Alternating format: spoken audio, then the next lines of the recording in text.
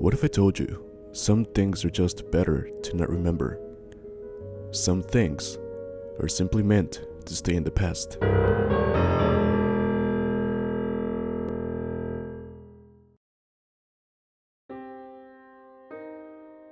My parents always tell me the stories about my childhood that, for some odd reason, I cannot recall. Stories about how I used to have an imaginary friend named Bilbo, who supposedly, according to my childhood self, lived in the walls with his pet snake Axel. Whatever the hell I came up this with, I have no idea. But apparently, I spent a lot of time with Bilbo and Axel because my parents always tend to bring it up whenever I visit them. I decided that I'd go on a little vacation over the week of Christmas in 2009. Having been working in Manhattan in the business world, making a lot of money, and being a part of the upper middle class for the past several years, I decided I'd take a break from it all and stay at my childhood home in Pennsylvania.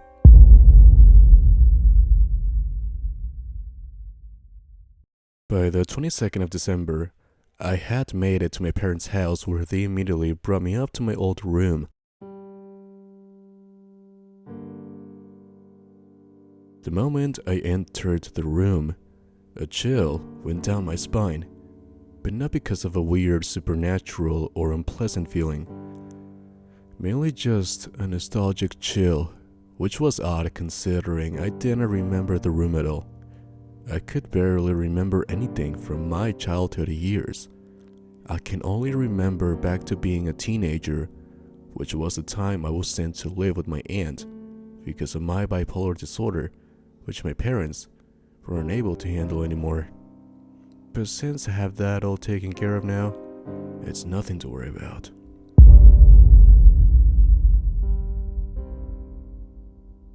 And Janice was coming over for dinner at my parents' house tonight, so I could see her for the first time in nearly 4 years. I won't lie, I did feel a little emotional thinking about how I barely ever saw my old, aging, lovable relatives anymore since I got that job in Manhattan. But my personal life was going good, despite my so love life. I was seeing a girl named Amanda around this time, but we hadn't seen each other in a few weeks, due to her having to fly out to California to attend her uncle's funeral.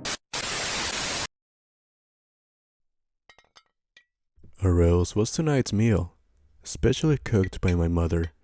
Another small thing I remember from my childhood somehow, my mother's cooking, giving a true meaning to the old saying, just like Mom used to make. I wish Amanda could cook like that.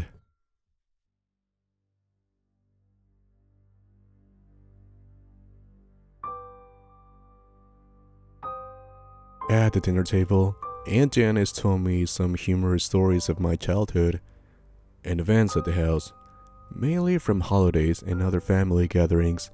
Sadly, I was unable to remember anything from these events, but they were humorous and entertaining to hear. After dinner, Aunt Janice had to leave, so I kissed her on the cheek goodbye, and she left. She still looked good despite her growing age, now being well into her early 70s. It puts a smile on my face to see her, which gave me a remembrance of my pleasant teenage years living at her home in Pittsburgh. She now lives close to my parents' house since her husband, my Uncle George, passed away a few years ago.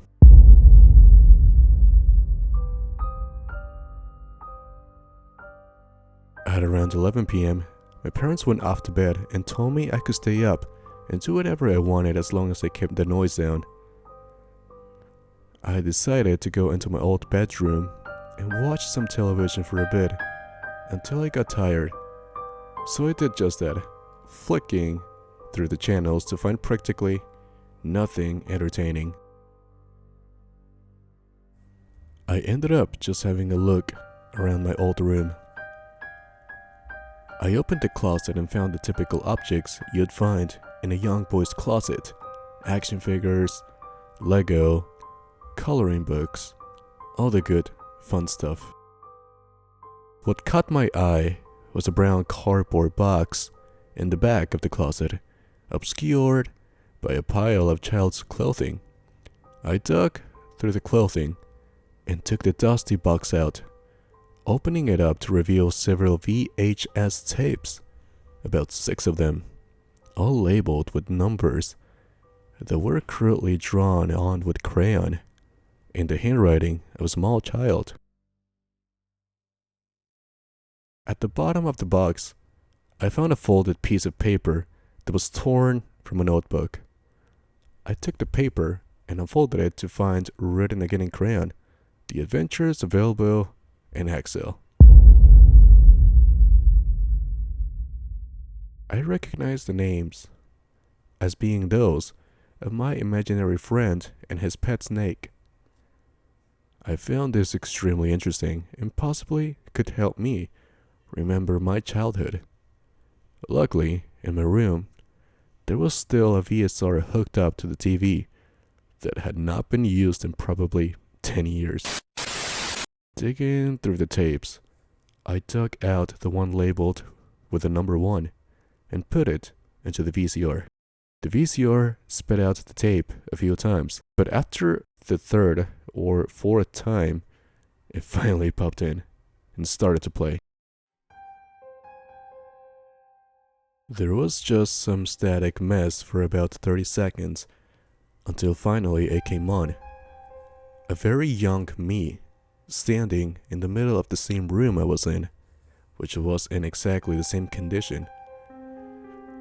I was just sitting with my head in my hands, in the middle of the room, facing the wall and muttering incomprehensible blabber. I figured I was just playing hide and go seek or something of that sort. I didn't think of it as strange at first. After about 2 minutes of the blabbering, I began to get concerned, since a younger version of me got a tad bit louder, but it was still incomprehensible and almost like gibberish. The sound completely cut out, and the quality started to get really choppy, and the colors started to distort, and I could hear faint whispering playing over the tape.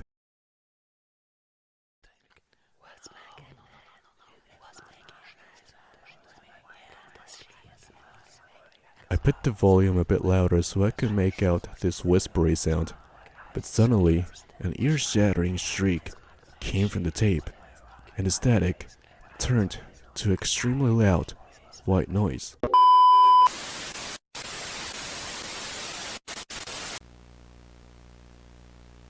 I shut up and ran over the VCR to eject the tape, but of course the VCR ate the tape, completely destroying it.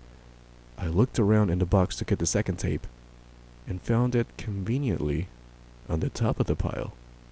The number 2 written on it with red crayon once again. This tape began like the last. When it finally came in, there was absolutely no sound at all. It seemed to be a continuation of the last, but I was now faced in the other direction. Actually, looking at the camera.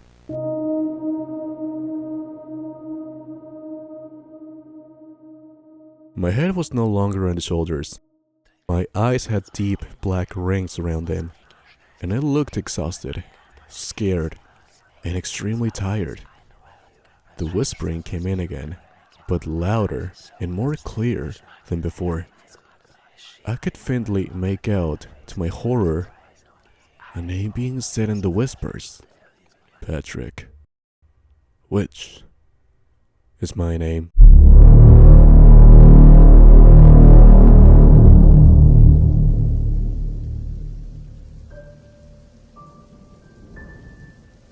The tape ejected fast out of the VCR on its own. Behind it, a string of magnetic tape shooting out and twisting and snapping. I won't deny the fact that I was nearly crying and shaking in fear. I didn't feel like this house was normal at all. that these walls literally could talk, and that I had locked my childhood away in my mind for a reason. Was this also the cause of my teenage bipolar disorder? I grabbed the box of the tapes and ran outside to my car, not even saying goodbye to my sleeping parents, and I simply drove off. I was tired, but I had to get out of that house. I drove off to Aunt Janice's house and told her everything, showing her the box of tapes. Her smiling face turned into a blank stare, looking almost frightened and nervous. She told me to sit down and relax, and she sat next to me, holding my hand in hers, and told me the truth behind it all. The tapes were actually a psychiatrist's test of my actions due to a demonic possession that occurred in my childhood. An exorcism was performed, which nearly killed me, and when the demon left my body, I had experienced amnesia, and thus was the reason I was sent to live with Aunt Janice in the first place. I ended up returning back to Manhattan, and by the next autumn, Amanda and I were married. I didn't invite or tell any of my family members about the wedding, and I haven't seen my parents or Aunt Janice since that night on December 22nd of 2009. I still have the remaining tapes with me, but I'm still too scared to watch them all. All that I do know is that a demon is still lurking within the walls of the house.